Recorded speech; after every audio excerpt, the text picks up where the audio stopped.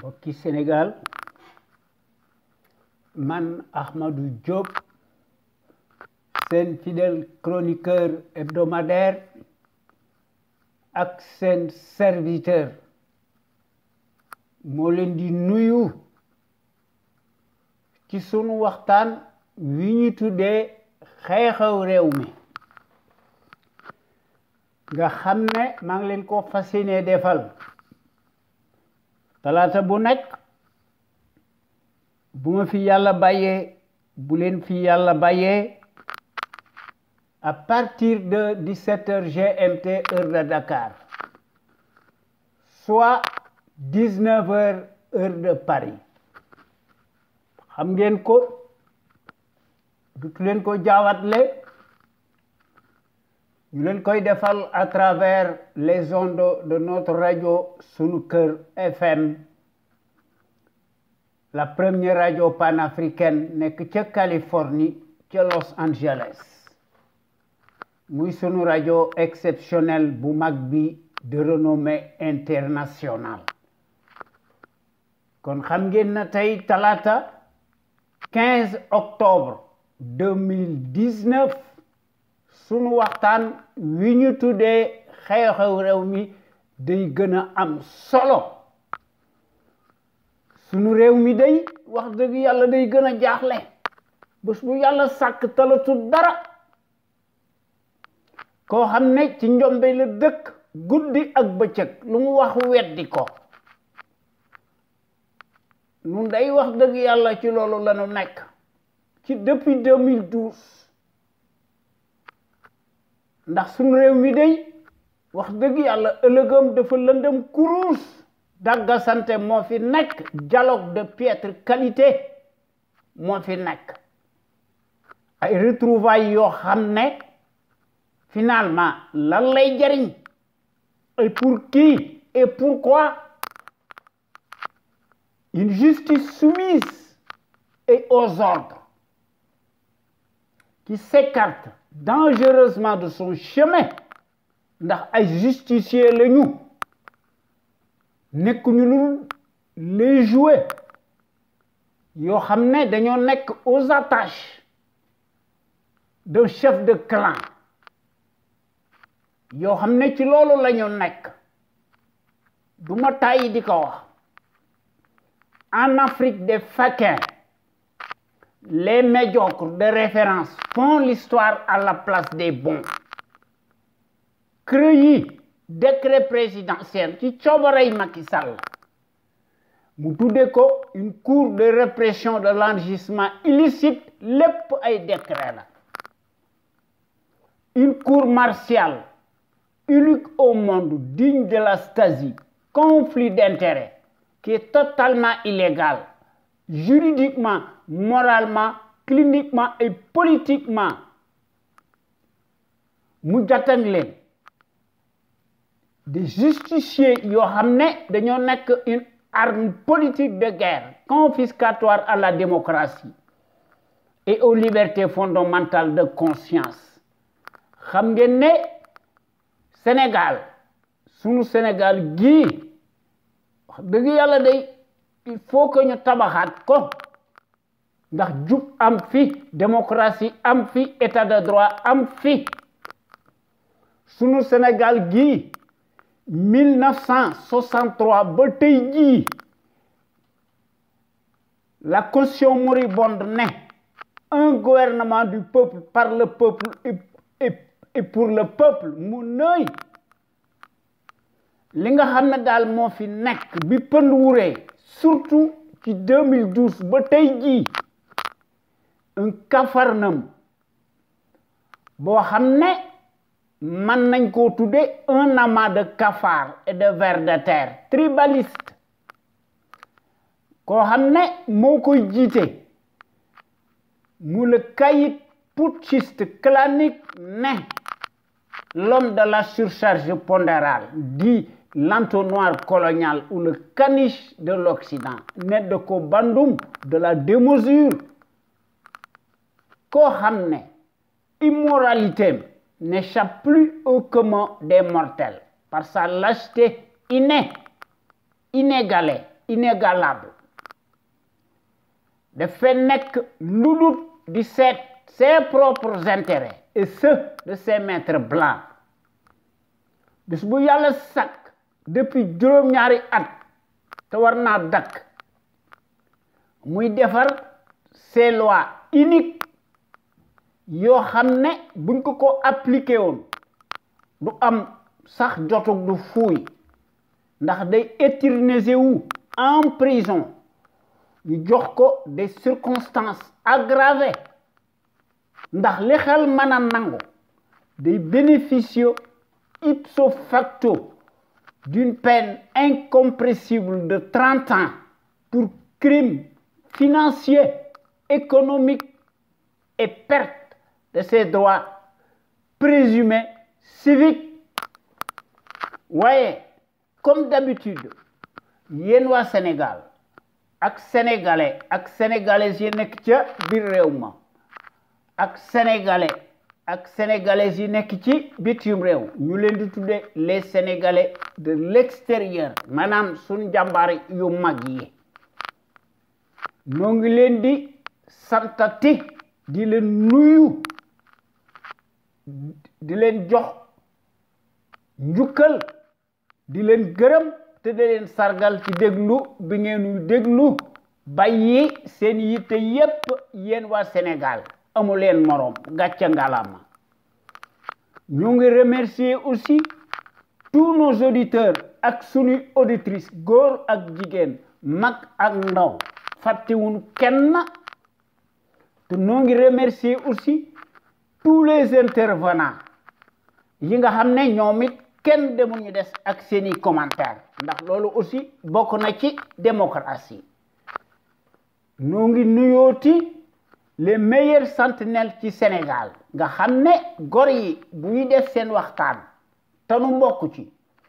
ñu tudde ko l'info autrement ñu koy def altine ak alxames à partir de 16h GMT heure du Sénégal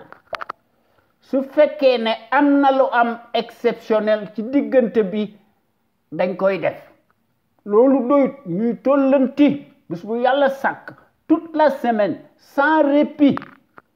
ñuy def des rediffusions des audios audibles toute la semaine ndax gor yi dañoo gis ne mbir mi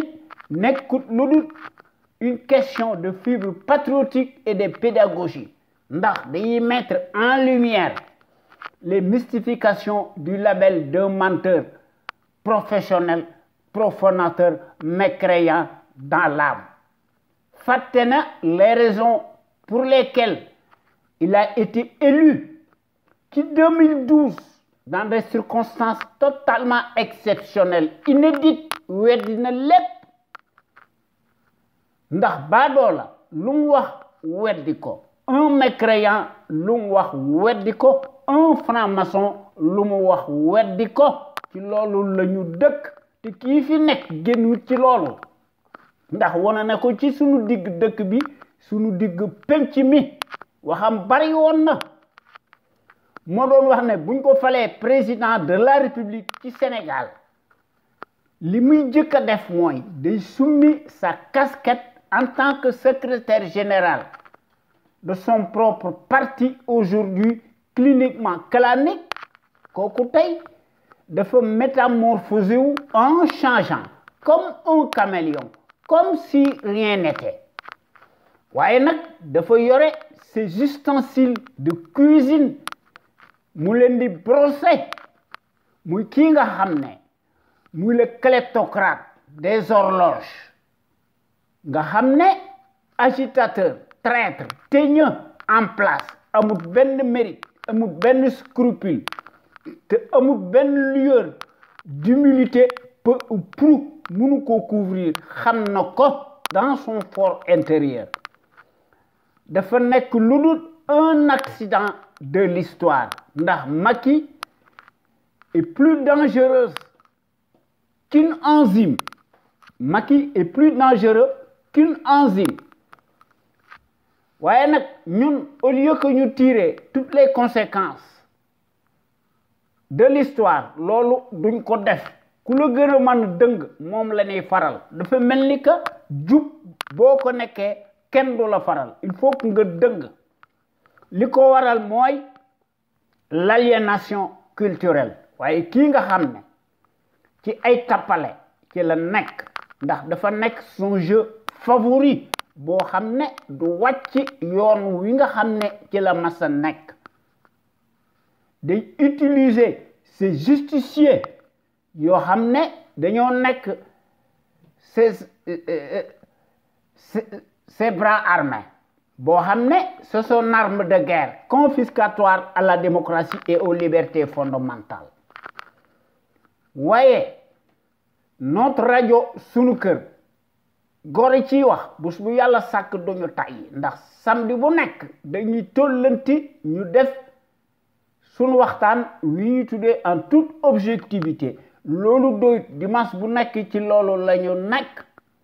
ñu tuddee ko la voix des jeunes maanaam baatu ndaw ñi ak yoonu ndaw ñi ñu ci indi seeni réflexion remarquable prodigieuse ñu koy tabal à travers ci bopp sénégalais yi ak sénégalaises yi nga xam ne notre rajo sunu kër .com mooy jàllale seen discours yi wax dëgg yàlla sunu réew mi dafa alku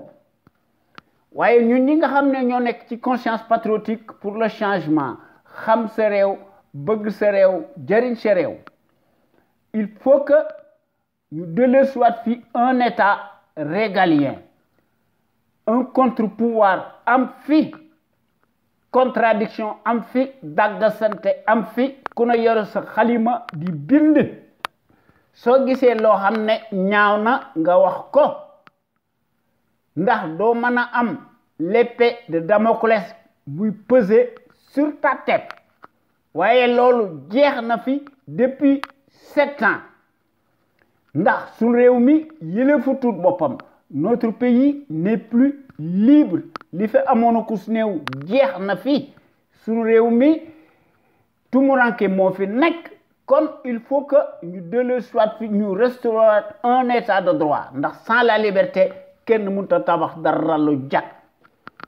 waaye kii nga xam ne moo fi nekk muy l'envoyé spécial colonial attitré en Afrique et accrédité à Dakar ay mbiram doy na kiimaan ndax dafa mas a nekk ci ay scandale fi mu nekk depuis juróom-ñaari at une dictature qui tourne à plein régime boo xam ne un régime intégralement négationniste d'apartheid moo fi nekk qui s'accommode piteusement en permanence nga xam ne daay gu jeex mu indi des contre-feux nga xam ne yaakaar ne mën naa làq ses parjures cataclysmiques waaye ñun ñi nga xam ne ñoo nekk ci CPC loolu bokkut ak suñu gis-gis de la démocratie waaye suñu réew mii day muy le Sénégal dafa mas a nekk un grand pays historique au point de vue du savoir pluriel et de la morale éternelle en puissance waaye la Serbie bii nga xam ne moo fi nekk de occulter la dépendance dynamique coloniale ndax kii fi nekk muy Macky Sall dafa mas a nekk le champion de la rupture aléatoire ci corruption ci la nekk ndax moo nekk le chantre du népotisme et de la pagaille neddo ko bandum ci la nekk ak ay surgaam yaakaar ne ñoom rek ñoo fi am xam-xam waaye démb une certaine presse se déchaînait pour un oui ou pour un non de façon péremptoire abusive même ñu ko doon defal sur l'ancien régime qui en avait pour son grade ñu ko doon traiter de tous les anathèmes du monde waaye curieusement tey jii bi pënd wure la même affluence nauséabonde dafa changer radicalement sa peau waaye dafa garder sa nature ndax day crypter les discours du label colonial ndax Macky Sall bu dee guerre la presse cartélisée ñoom dañuy changer seeni tonalité ak seeni sémantique ndax dañ naan Macky dafa pêcher de gros morceaux kon ñoom dañuy participer activement à la corruption te corruption crime la du ma tàyyi di ko wax waaye nag loolu jaaxaluñ ci kii nga xam ne moo fi nekk nga xam ne dafa mas a nekk un caméléon day tagg la monnaie coloniale maanaam l'ingérence monétaire coloniale nga xam ne dafa manqué patriotisme te amul panafricanisme te amul fiscalisme politique en action boo xam ne suñu réew mi gis na ko ndax moo doon déclaré ne la monnaie coloniale muy le franc CFA est une bonne monnaie à garder xam ngeen ne kooku du gor waaye nag day renvoyer l'ascenseur te gis nañ ko ci les accords de défense bidon bi mu doon wax ne le retrait des troupes et bases militaires françaises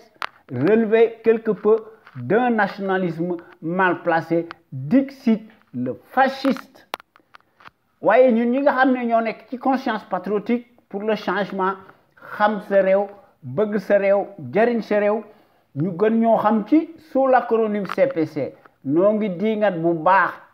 ci suñu digg penc mi ci suñu digg dëkk bi la gestion népotique et gabégique du Sénégal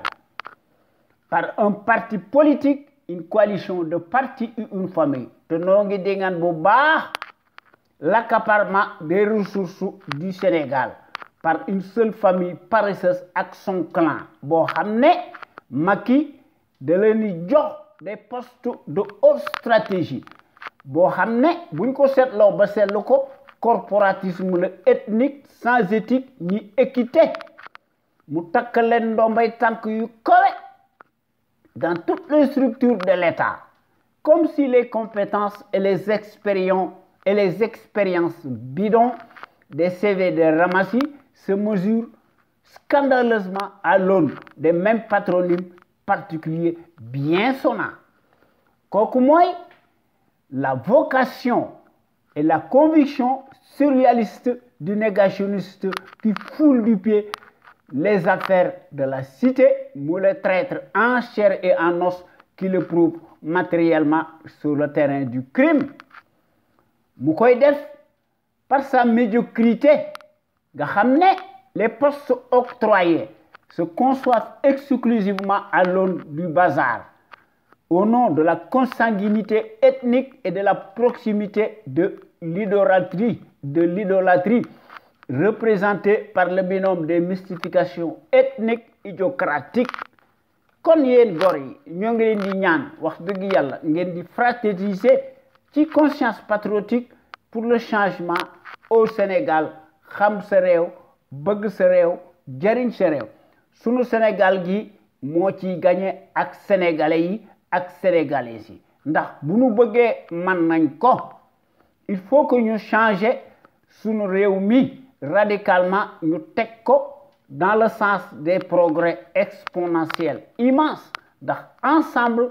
tout est possible xam-xam bi mi ngi fi nous avons toutes les ressources humaines experts yi ñi ngi fi jàngkat yi mi ngi fi bu nu fexee ba nga xam ne ñu booloo am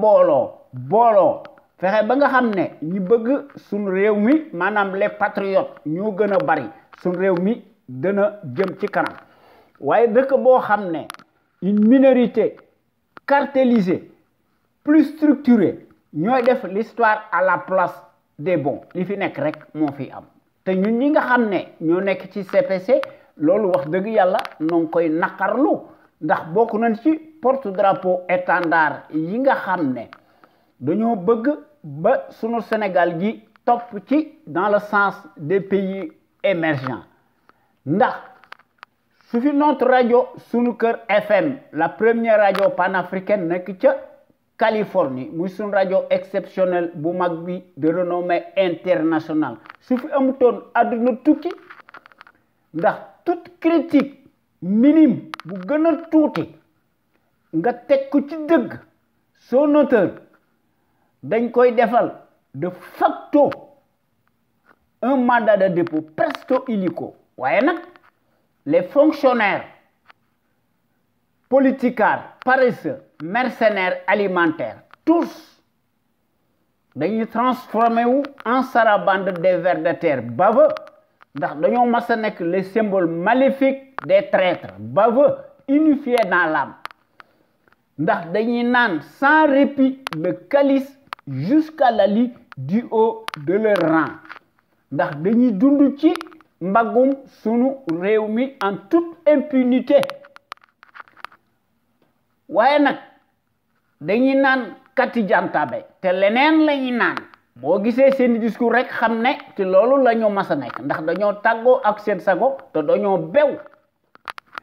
waaye nag ne tarisse pas d'éloge à l'égard du fasciste en place lequel paraît-il n'avoir pas de défaut voyez rien que des qualités te loolu c'est suspect mu nooy te gëmuñu ci dara waaye nag moom ki nga xam ne moom la ñu catapulté ci 2012 au plus haut sommet de l'État sénégalais vassalisé jusqu'à l'Ali à cause de notre étourderie généralisée à l'échelle nationale moom day ses propres intérêts donc moo ko yitteel waaye nag ay propres intérêts daf koy caler à ceux de ses parrains le coderme nga xam ne ñooñu rek la respecté te daf koy def dans le secret des dieux et de façon souterraine nga xam ne daf koy def au nom de la soi-disant stratégie géopolitique internationale ndax ci loolu la mas a nekk ndax un fonctionnaire si riche n'est jamais synonyme de patriotisme te kii du kilifa te nekkut njiit waaye dafa nekk un indigne indigeste chef de bande d'un parti politique cliniquement clandestin te wane ne ko ci sunu digg penc mi sunu digg dëkk bi ndax luñ ko mën a wax dafa mas a nekk le label du foutoir en chair et en os boo xam ne ci 2012 ba tey jii dañ ko doon peindre sous les défroques victimaires des leurs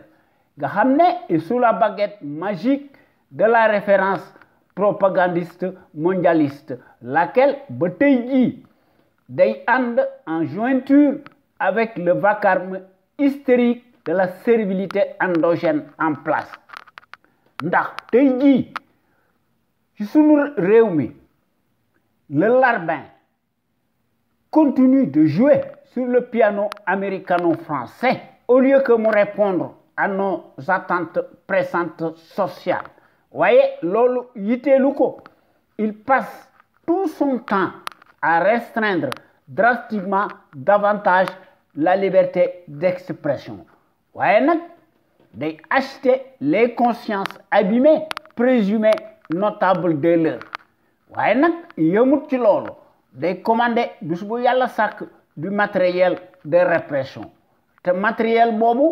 les populations siphonnées astiquées ñu leen di considérer comme un matelas financier ñu leen di cibler d'impôts et de taxes de toutes sortes ñooy fay arme yi leen di duma te loolu wax dëgg yàlla loolu moo indi sunu musiba bii waaye ñun ñi nga xam ne ñoo nekk ci conscience patriotique pour le changement xam sa réew bëgg sa réew jariñ sa réew sunu Sénégal gii day buñ ko bëggee changer man nañ ko ñu teg ko dans la bonne direction nga xam ne ñu def ko en action matérielle sur le terrain ndax sunu Sénégal gi mën a yilif boppam lépp loo xam ne mu koy def ci coobarey boppam ndax c'est à ce prisme là que sunu Sénégal gi mën a retrouver sa dignité ak sa plénitude ak son rayonnement boo xam ne moo koy bâtir librement sur des bases voulues à l'instar des nations émergentes te loolu du ma tàyyi di ko wax hier comme aujourd'hui depuis 15 ans notre radio sunuker.com qui est à l'avant-garde et à la pointe du combat juste et pour l'émergence du Sénégal debout et fier de l'être sunu rajo bu mag bi mësta nekk ci les chantiers battus ndax sun rajo bu mag bi day proposer bu su yàlla sàkk du neuf ndax sun rajo bu mag bi day briser les tabous te day bousculer les idées reçues te day innover ndax sun rajo bu mag bi day populariser la démocratie ndax sun rajo bu mag bi mësta nekk ci les conventions ubiesques de l'établissement ndax sun rajo bu mag bi du wàcc yoonam wi mu nekk ndax dafa masa nekk toujours dans sa trajectoire révolutionnaire qui évolue dans le bon sens des valeurs et des progrès immenses, exponentiels, salutaires et indispensables pour que nous soyons capables d'assurer le destin de notre pays sur des bases voulues en toute logique et en toute conscience. Ndax su rajo bu mag bi, qu'on le veuille ou non, n'en déplaise aux turiféraires de la pestilentielle en bande organisée, notre média est devenu plus que jamais un phénomène de société qui reste le seul à aborder librement les sujets les plus variés qui sont considérés comme la loi de l'omerta, en particulier la gouvernance politique, bancale, ethnique que les médias serviles du service public et privé. Ndax médias yooyu buñ ko seetloo ba seetlu ko gëstu ko les mêmes patronymes particuliers ñoo fa nekk ñoom rek keneen nekku fa mel ni ñoom rek ñoo am xam-xam dañ leen di beral loxo boo ko seetee ci la maison de la presse ci loolu la ñu nekk ci RTS ne de ko Bandung moo fi nekk ci Soleil noonu la et même les médias privés tous passent au peigne fin tous arrimés et deviennent de facto des instruments alimentaires politiques soumis aux ordres monopolisés par le pouvoir calamiteux, tortionnaire, usurier, nga xam ne dañuy xam noppi ndax amuñu patriotisme te amuñu fiscalisme te amuñu civisme waaye su rajo bu mag bi nag mooy mottali seeni ndëngte ndax daf koy def tant par la qualité des informations qui sont publiées à travers notre site sunuker.com que par les analyses pertinentes des sentinelles sénégalaises nga xam ne dañoo mas a nekk l'avant-garde du civisme et du patriotisme te loolu noo koy def lu dul en toute humilité ndax loolu dafa nekk une exclusivité de notre site sunuker.com la première radio panafricaine de renommée internationale nekk ca Los Angeles ca Californie ndax vous ne trouvez nulle part ailleurs de telles informations utiles les plus importantes si diverses et variées par leur qualité éminemment prouvée surtout nag celles qui relèvent incontestablement de la géopolitique internationale qui contraste parfaitement avec la platitude de la servilité en place nga xam ne dañ fay nekk di daganal le bilan chaotique du négationniste ethnique révisionniste et dont l'immoralité malaudante sans égal exceptionnelle et substantielle à son taux d'ADN. Évidemment, il n'y a rien d'étonnant de la part d'un professionnel menteur mécréant en la matière qui ment plus qu'il ne respire waaye sunu Sénégal gii de du génn ci pénombre bi et du guêpier infernal bii nga xam ne baadolo bi moonu ko teg depuis juróom-ñaari at kon il faut que nu seet meneen pexe te li nga xam ne moo ci nekk te duma ko xuumtoo te dama koy wax ci kaw ndax ci laa dëkk guddi ak bëccëg yàlla dëgg la bëgg yàlla bëggut kuy fen il faut que ñu régler le compte du traître il faut que ñu régler aussi le compte de sa bande de fripouilles alignés ndax notre rajo sunu kër nga xam ne gore ci nekk ñoom ñëpp dañoo nekk un panel d'intellectuels d'hommes et de femmes ñoom ñëpp dañoo posséder dañoo nekk de gros morceaux yoo xam ne ndax dañoo nekk de gros calibre doués en matière grise qui s'expriment en toute connaissance de cause en toute logique et en toute conscience ndax bu su yàlla sax dañuy démontrer magistralement seeni capacité intellectuelle ndax dañuy décortiquer di décrypter l'actualité nationale et internationale ndax dañuy font part de leur expertise sur les produits toxiques chimiques notamment nag les faits divers scientifiques, sanitaires, sociaux, religieux et politiques, sans oublier les incivilités patentes dont sont coupables les politicards qui ont manifestement failli à leur mission régalienne. Ndax dañu ubbeeti la boîte de Pandore à certains citoyens égarés par leur manque de conscience. Nga xamné ñom dañ koy def à l'image des politicards ndax dañuy soulager publiquement et piteusement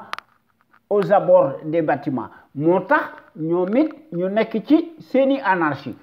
Kon soyez plus nombreux ngeen di déglu gor yi wala ngeen di bokk ci waxtaan wi yor seeni xalima di ko bind te dara du leen ci fekk ngeen indi ko ci à travers les ondes de notre radio sunu kër muy notre radio exceptionnelle bu mag bi de renommée internationale, la plus populaire qui reste plus que jamais l'éternelle cheville ouvrière des sentinelles sénégalaises, aux vérités implacables, aux bras d'acier inachetables et qui font constamment preuve d'analyse pertinente sans complaisance, ne souffrant d'aucune ambiguïté sur la chose publique au Sénégal. Muy sunu Sénégal gi nga xam ne wax dëgg yàlla soo ubbee l'actualité politique bi day abondante ndax day gën a marqué wu de plus en plus du ñu xam fan la ñuy commencé ak fan la ñuy teeral dañuy seet li nga xam ne nu ñu ko ñàkk ba ñu wax ko ndax bu ñu bëggee wax lépp du ci génn loolu tax na ba nga xam ne ñun ñi nga xam ne ñoo nekk ci CPC maanaam nekk ci conscience patriotique pour le changement au Sénégal xam sa réew bëgg sa réew jëriñ sa réew sunu principe de la démocratie daal mooy dañoo gis ne il faut que ñu unir rassembler autant de patriotes sénégalais et sénégalaises autour d'un idéal commun. Pour cela nag ñun ñëpp ñu indi ci suñu détermination ñu indi ci patriotisme indi ci civisme ku ne indi ci sa xalaat bu rafet ñu indi ci démocratie participative à l'échelle nationale li nga xam ne mooy jëne mu mag wi muy la clé de voûte de chaque sénégalais ak sénégalaise nga xam ne sunu Sénégal gi mën a nekk le phare de la démocratie plein développement économique politique financier militaire am fi nga xam ne sunu soldats si ñu jox leen moyens yu takku yoo xam ne dañuy aar nos frontières aériennes et terrestres ndax ku lay dimbali day ëmb sa sangal te loolu du ma tàyyi di ko wax góor gi fi nekkoon téere mi du jeex li mu bind bari na muy Cheikh Anta Diop le visionnaire hors pair, l'éternelle figure de proue charismatique, le gros calibre homme d'honneur, le kamit panafricain. Mom ci boppam da daan masa wax ne l'Afrique doit opter pour une politique de développement scientifique et intellectuel et y mettre le prix.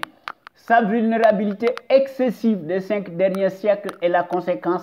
d'une déficience technique. Le développement intellectuel est le moyen le plus sûr de faire cesser le chantage, les brimades, les humiliations. L'Afrique peut redevenir un centre d'initiative et de décision scientifique au lieu de croire qu'elle est condamnée à rester l'appendice, le champ d'expansion économique des pays développés. Waaye baadoolo yi nga xam ne ñoo nekk ci Afrique ci seeni pantalonnade ci la ñu nekk ndax ci dañoo mas a nekk ci seeni platitude manifeste ñoom ñooy plomber le développement et les mécanismes nga xam ne Afrique du jëm fenn te loolu du ma tàyyi di ko wax. Il faut que ñu réformer impérativement le régime présidentiel ñu remplacer ko par un régime parlementaire leneen lu ñu def day nekk lu dul un coup d'épée dans l'eau. Sunu Sénégal gi il faut que ñu tabaxaat ko de façon qu'il soit dynamique, ñu indi fi des principes démocratiques et des institutions fortes, inviolables, respectées par l'ensemble des patriotes sénégalais imbus de la fibre d'honneur. Ndax ñu indi fi une gouvernance irréprochable ak un état de droit boo xam ne un seul personnage central mooy tëj muy tijji kon il faut que ñu indi fi ñu indiwaat fi le régime parlementaire leneen lu nu mën a def du nekk dara voilà te te loolu dafa nekk une tâche primordiale prioritaire même kon il faut que ñu créer nu nu mën a def les conditions obligatoires boo xam ne il faut que suñu réew mi ñu def fi une véritable gouvernance politique économique saine transparente financière nga xam ne attentive boo xam ne day seet lu dul les seuls intérêts nationaux incessibles légitimes de la nation sénégalaise pour cela nag il faut que ñu teg ci suñu bopp réew mi de véritables sentinelles sénégalaises charismatiques nga xam ne de façon qu'elles soient en mesure de créer une impulsion dynamique pérenne. Cela étant, il faut que nous cultivions le patriotisme, la démocratie, la justice sociale, l'éthique, l'équité, l'unité nationale en fi, sécurité en fi, te lu ci manki dara du xew. Waaye ñun ñi nga xam ne ñoo nekk ci CPC nga xam ne ñoo nekk ci CPC nga xam ne xam sa réew bëgg sa réew jëriñ sa réew ñu gën ñoo xam ci sous l'acronyme CPC nga xam ne li nga xam ne daal moo ñu yitteel il faut que nous rehausser l'étendard de nos valeurs pour cela nag nous devons nous inspirer et puiser dans le trésor inestimable de nos valeurs hommes d'honneur yoo xam ne dañoo mas a nekk de grands soufis des hommes d'honneur ñoo mandu nga xam ne ñoo tëdd ci sunu dëkk bi ñu jàngale seen xam-xam dans nos universités ci sunu collèges yi ci sunu daara yi ak ci sunu école primaire yi te bu ñu fàtte aussi Lat Dior Ngoné Latyr Diop l'homme de la résistance armée maanaam notre héros national nga xam ne dafa combattre farouchement l'armada coloniale pendant 24 ans malgré nag la supériorité numérique des envahisseurs ndax Lat Dior Ngoné Latyr Diop a versé et marqué d'une empreinte digitale sa vie ndax dafa livrer des combats acharnés sans merci combats yu metti face à l'armada du colonialisme repoussant ndax Lat Dior Ngoné Latyr Diop notre héros national dafa tomber sur le champ de l'honneur les armes à la main ci deqale le jeudi 27 octobre 1886 avec deux de ses enfants majeurs muy Thiendella Niabass ak Sakhewara Niabass ndax beaucoup de ces guerriers ils laissèrent leur vie nga xam ne ci bataille historique boobu nga xam ne moo xewoon ci deqale waaye tey jii sunu Sénégal gii des temps modernes non soi-disant nga xam ne dañoo bëgg a nekk occuper le poste de président de la République nga xam ne copier-coller la nga xam ne sunu institution moomuñu ko dañuy jéggaani tout nga xam ne ñoom ñëpp daanaka dañoo nekk des multimilliardaires nga xam ne par les raccourcis politiques des postes de nomination muy kii nga xam ne moo ci jiitu nga xam ne mooy bajantu muy Macky Sall ñoom ñëpp se réduisent en roitelets pour n'être que des abrutis poltrons, des clowns de pacotille entourés de gardes-corps se donnent la qualité de dirigeants imaginaires. Loolu moo tax li fi am rek di fi am neexut wax nag waaye loolu moo fi am te bu ñu fàtte aussi les gros intellectuels de la trempe de Cheikh Anta Diop ak Mamadou Dia que sais-je encore ndax borom xam-xam yi bari na fi ñàkku fi ku ko bëgg a gis da nga ko gis ku ko bëggut a gis nag xam ne sa affaire la waaye li nga xam ne daal moo ci nekk suñu dëkk bi daal bu ñu bëggee mu avancer il faut que ñu cultiver fi le civisme chez les populations ndax le civisme dafa mas a nekk le réflexe décent de tout citoyen responsable qui a sa place dans la société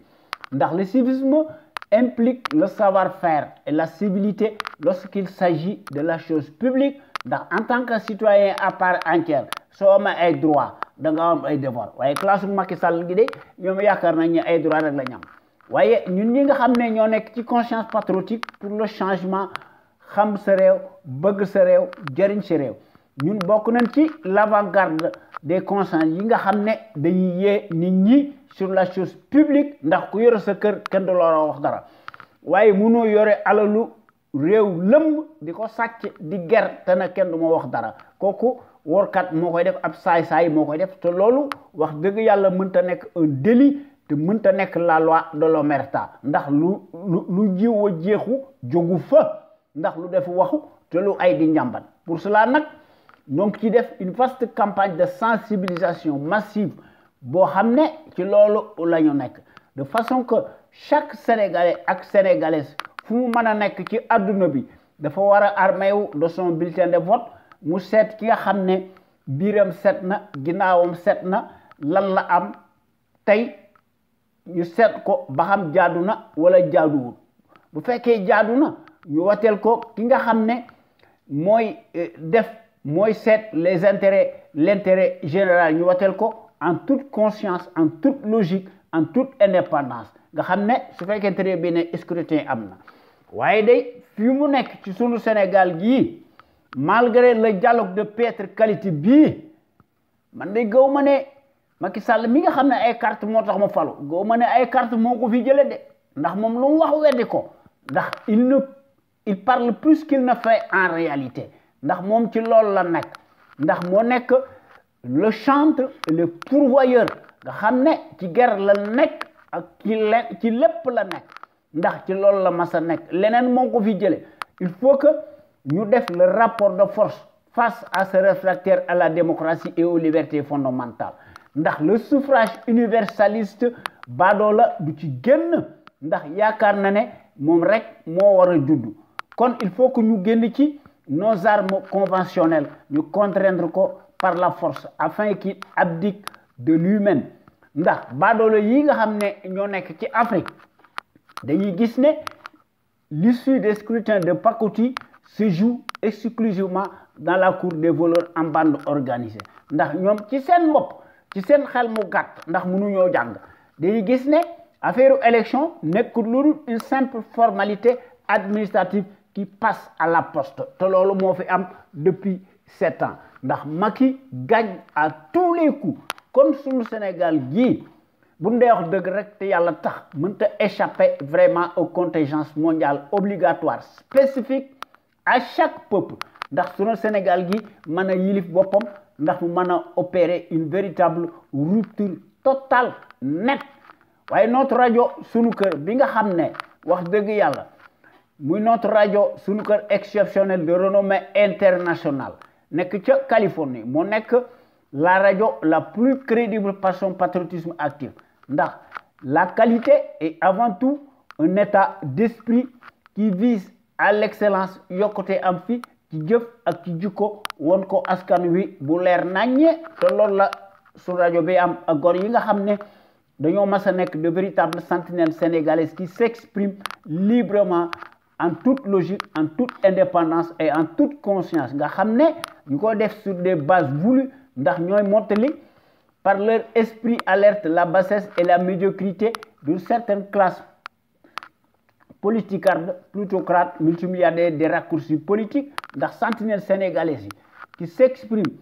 librement à travers les ondes de notre radio sunuker.com ñoom ñëpp dañoo am une logique crédible patriotique nationaliste bien placée yoo xam ne ñu ngi ko distiller peu à peu dans les consciences sénégalaises pour que sunu Sénégal gi aille de l'avant ndax sunu Sénégal gi mën a topp ci sur la trajectoire des grandes nations émergentes nga xam ne ku leen tooñ ñu di gale ko yow bam saf-sap loolu moo wane ne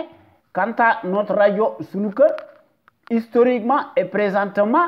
elle est la référence exemplaire et à la différence d'une certaine servilité des références s'accommode mécaniquement et hystériquement par la désinformation et la manipulation n'agit qu'au doigt et à l'œil du régime capitulaire négationniste et de son chef valet menteur professionnel profanateur mécréant nègre de service en place muy Macky Sall ndax notre radio sunuker.com fidèle à elle-même bu dee wax dëgg rek te yàlla tax dans sa ligne éditoriale qu'on lui connaît reste nag plus que jamais le rempart de la démocratie réelle qui porte par excellence la marque du support médiatique sénégalais le plus libre pour son indépendance plausible par rapport à un exécutif corrompu, juste et parti, impulsif et qui dicte sa propre loi arbitraire au nom de la tyrannie pour faire taire toute voix discordante des opinions libres. ndax sentinelle sénégalais yi ñoo nekk fi ñoo nekk ndax ñooy wax ci kaw et publiquement ce que les minables politicards pensent tout bas par leur insuffisance criarde ndax yaakaar nañ ne ku ci critiquer baadoolo bi duutuloo sarax te loolu mu leen di sarax maanaam daf koy sàcc dans les caisses de l'État te gor yi nga xam ne ñooy wax à travers les ondes de notre radio sunu kër muy notre radio exceptionnelle de renommée internationale nekk ñu fi rek di critiquer wala de sànni ay xeer ndax bu su yàlla sàkk gor yi dañuy proposer des solutions concrètes pérennes durables et concrètes nga xam ne ndax ñu mën fee def un véritable Sénégal émergent totalement opposé à celui des menteries inflationnistes fascistes ndax sentinelles sénégalaises yi nga xam ne ñoo nekk au bon endroit amu ci kenn koo xam ne am nga complexe lu néew ko bari ndax li ñu xalaat dañ koy wax ñoom ñëpp ndax ñoom ñëpp dañoo am un savoir-faire un savoir-être un savoir productif actif yoo xam ne wax dëgg yàlla bu ndey wax dëgg rek kenn mënu koo weddi kon nag tey danañ dellu si ci sunu waxtaanu tey wi ndax sunu waxtaanu tey wi mooy daanaka sax mas nañ koo cof waaye nag la répétition est pédagogique comme on dit kon nanu wax ci lii nga xam ne moo fi nekk muy les retrouvailles présumées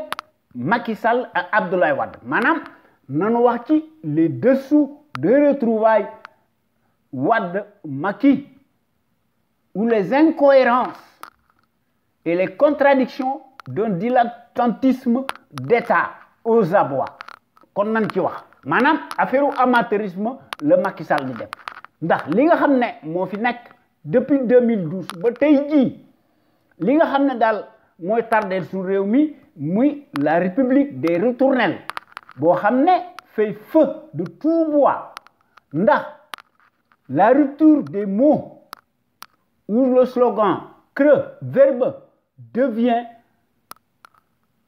un verbatim mensonger d'un État, d'un régime familial ethnique et son écosystème d'apartheid en bande organisée. Rien ne tient et tout est décousu de fond en comble. lépp lu ñuy wax rek dara du ci dëgg ndax bu pënduwuree sénégalais yi daañu gis nous devons revenir aux fondamentaux ndax ñu mën a tabaxaat suñu dëkk bi muy le Sénégal il faut que ñu sachions élire rigoureusement ceux qui nous dirigent bu ñu ko defut musiba rek lay indi waaye nag ci Sénégal ku la ëpp xaalis moom lañ naan moom la ñu war a fal te loolu maanaam c'est l'argent qui est faiseur de roi ndax ci élection ci Sénégal ak ci Afrique maanaam la puissance de l'argent mooy fale leneen du fi fale ndax mbir mi yorul ay discours boo sàccut doo gagné loolu moo xew ci Sénégal ak ci Afrique waaye sunu Sénégal gi démb ak sunu Sénégal gii tey jii maanaam des temps modernes maanaam buñ ko seetloo ba seetlu ko dafa nekk une césure te kooku c'est le cas de le dire tout haut et sans langue de bois ndax dëgg mënta nekk ay fen ndax li nga xam ne moo fi nekk après 7 ans de procès politique interminable des surenchères cataclysmiques à couteau tiré place maintenant au calumet de paix entre Abdoulaye Wade et son élève Macky Sall à la suite de l'inauguration de la grande mosquée de Massalikul Jinan à Dakar par Serigne Mountakha Mbacké, le guide spirituel,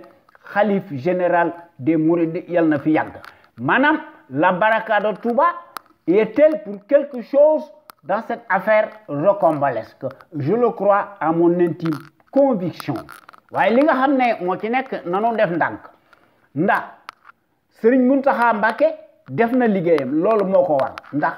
waxi Serigne Touba ci la nekk ak ci yoonu Serigne Touba waaye li nga xam ne daal moo fi nekk depuis 2012 des passes d'armes et des invectives réciproques à couper le souffle ont rythmé le paysage politique sénégalais et défrayé chroniquement et hystériquement maanaam la chronique depuis 2012 à nos jours ndax procès bu jeex beneen procès ñëw waaye li nga xam ne moo ci nekk le procès politico-judiciaire de Karim Wade muy l'ancien super ministre d'État des infrastructures du ciel et de la terre dont la candidature à la course présidentielle qui 2019 n'a pas été validée, car le concerné a été condamné à une peine d'emprisonnement ferme de 5 ans pour enrichissement illicite nga xam ne à hauteur de 138 milliards de francs CFA nga xam ne dañ ko gracier te dañ ko déporté arbitrairement illégalement au Qatar nga xam ne pour excès des ailes nga xam ne loolu moo def le feu aux poudres te Khalifa Sall mi nga xam ne moom it dafa payer un lourd tribut ndax dafa laisser aussi des plumes ndax dafa perte son mandat de député maire de la capitale sénégalaise selon la volonté du tyran chef de clan muy Macky Sall. Ouais, pendant ce temps de gros bonnets mouillés jusqu'au cou et non des moindres nga xam ne Omar Anne,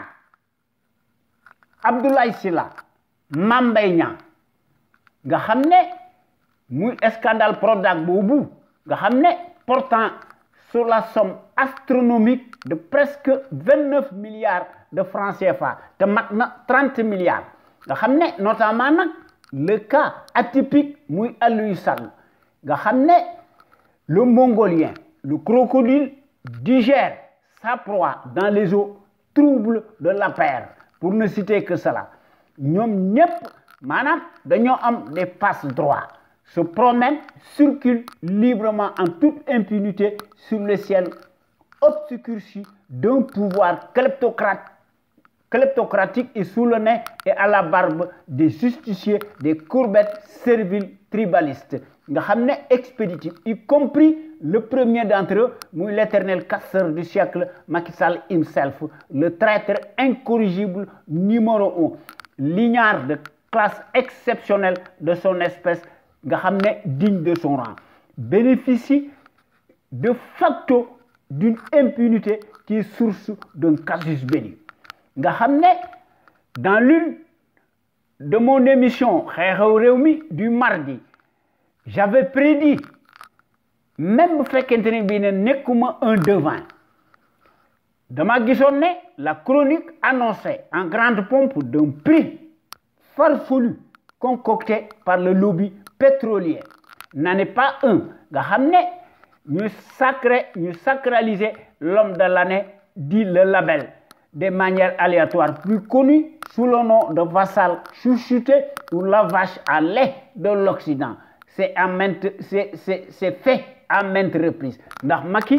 dañ ko jox prix yu bari te loolu day contraster parfaitement avec l'éternel climat délétère nga xam ne tumuranke moo fi nekk wér-gu-yaram amu fi waaye nag ñoom bu leen bant xuri ko ñu tukki di wisaare kon les retrouvailles à huis clos muy Abdoulaye Wade Macky Sall maanaam mbir mi buñ ko seetloo ba seetlu ko les divergences contradictoires des chiens de faïence se rejoignent selon les intérêts bassement politiques du moment. Pourquoi ce qui n'était guère possible hier le devienne maintenant? Madame, le pédigré, sachant qu'il n'est pas éternel, contrairement à ce qu'il laisse croire à ses affidés tondus, Macky dafa verser de l'eau dans son bissap ndax tente de sauver demain les meubles pour éviter le retour du bâton nga xam ne Wade l'infatigable politique n'a rien à cirer, n'a rien à perdre si engouffre maanaam dans cette brèche porte-bonheur pour lui maanaam mosquée bi inauguration de la mosquée dafa jig Abdoulaye Wade parce que Abdoulaye Wade murid bu mag la kaar yàlla na fi yàgg waaye maanaam la presse nga xam ne mbir moomu maanaam le retrouvaille mi ngi maanaam day def les choux gras d'une certaine presse obséquieuse corrompue jusqu'à la lie manipule désinforme à sa guise et sur ndigal d'en haut continue de défrayer la chronique ndax ñi ngi wax ci Abdoulaye Wade et de son fils maanaam jusqu'où ira Macky Sall dans sa logique suicidaire et amnistier et Karim Wade et Khalifa Sall? Est-ce que Macky mën na scier la branche sur laquelle il est assis mbir mi doy na kii man loo ciy seet mi ngi ci li ma wóor daal mooy lenn mettel dana ci am nous sommes tombés du nu face à ce surréalisme décapant maanaam le pays de la Teranga est très endetté agenoué qu'il ne l'était sur d'autres cieux te loolu les plans structurels du FMI et de la Banque mondiale constituent des goulots d'étranglement que personne ne peut ignorer sous aucun prétexte. Vous voyez, et curieusement, comme si rien n'était, le pouvoir apocalyptique aligné des chiffres astronomiques bidons, peu convaincants, d'où le marasme social bi nga xamné day nek en pis. Vous voyez, c'est la résultante du régime présidentiel totalitaire dans lequel un seul homme imprime sa marque digitale, oriente le débat dans le sens voulu, puisque ces turiféraires dañuy def la tête baissée waaye nag dañuy répéter les mêmes éléments de langage yi nga xam ne moom lañ leen di dictal ñu naan retrouvailles loolu mooy wane ne au Sénégal et ailleurs où le régime présidentiel archaïque féodal monarchique tourne à plein régime sous le prétexte fallacieux d'éviter l'instabilité politique, mon œil dicte ses lois ringardes. Le président roi détient automatiquement et par devers la majorité parlementaire à l'Assemblée nationale. Bon, demeure plus que jamais et les outils et la caisse de résonance et d'enregistrement de l'empereur en place. Ouais, ici, chez nous, nous connaissons le mal représenté par le régime présidentiel qui n'a fait que reproduire la corruption massive. Voyez, nous ne faisons rien pour l'endiguer. Dans le régime parlementaire, le président de la République n'a aucune emprise sur l'hémicycle, puisque l'hémicycle doit voter les lois selon le rapport de force en présence des législateurs. À l'instar de l'Allemagne et de l'Italie, par exemple, pour ne citer que ces deux pays-là. Vous voyez, ci sunu Sénégal gi ñi nga xamné dañoo tuddé sen bop ay contributeurs ak chroniqueurs dañuy citer les cas de Lula et autres waaye dañuy faté di wax né la vérité ndax le Brésil dafa opter pour un régime parlementaire ndax bu ñu nekkoon ci dans un régime présidentiel les choses se seraient passées autrement comme bu ñu dugalee Lula ci kaso bi c'est parce que régime parlementaire moo fa nekk waaye mbir mi bu ñu ko seetloo ba seetlu ko l'ex-président brésilien est victime d'un vaste complot de grande envergure on a bien compris ce qui s'est passé ndax gis nañ ko ci juge boobu nga xam ne moo fexe ba tëj Lula moom ci boppam maanaam mi ngi nekk ci wetu Bolsonaro kon mbir mi seeni intérêt ndax mbir mi affaire franc-maçon la du ma tay di ko wax kon je salue au passage l'exemple du Rwanda bi nga xam ne dafa surmonter ses divisions ndax dafa tirer toutes les conséquences de sa guerre voyez ci Rwanda ñi ngi monter une usine ndax ñu mën a fabriquer des smartphones en place waaye tey bu ñu seetloo ci Rwanda dafa nekk un pays d'Afrique boo xam ne day mettre à exécution un vaste programme de santé de développement tout azimut tant sur le plan de la haute technologie qu'universitaire de haut niveau et sous peu de temps Rwanda n'aura rien à envier aux puissances occidentales dans une certaine mesure en matière de progrès scientifique. Vous voyez, le Rwanda est le seul pays au monde où les femmes parlementaires sont majoritaires. Nga xamné ci Assemblée nationale bi présidente jigéen moo fa nekk pour couronner le tout les femmes yi gën a ëpp ci Rwanda ñoom ñooy diriger les plus grandes entreprises te Rwanda rek lañ ko gis amut feneen ci àdduna bi ndax nit ki ab pays lu muy wone daf ko war a nekk waaye ci Sénégal les retrouvailles des fiançailles ambiguës, des no-dits ou le remariage de raisons forcées, madame, avec en prime l'offre d'une bague, une Mercedes. Nga xamné Macky daf ko jox son devancier. Nga xamné mbir mom buñ ko sétlo ba sétlu ko, c'est sur fond de calendrier électoraliste. Sont-elles devenues sincères? Madame retrouvailles yoy qui l'aurait cru vraiment. En politique nak tout est possible. Kon bo gagné ma ngi leen di jox rendez-vous ci sunu émission bi ñu tuddé xew-xew mi mardi prochain ñu leen koy defal à travers les ondes de notre radio sunu kër sunu radio exceptionnel bu mag bi de renommée internationale. Merci jërëjëf.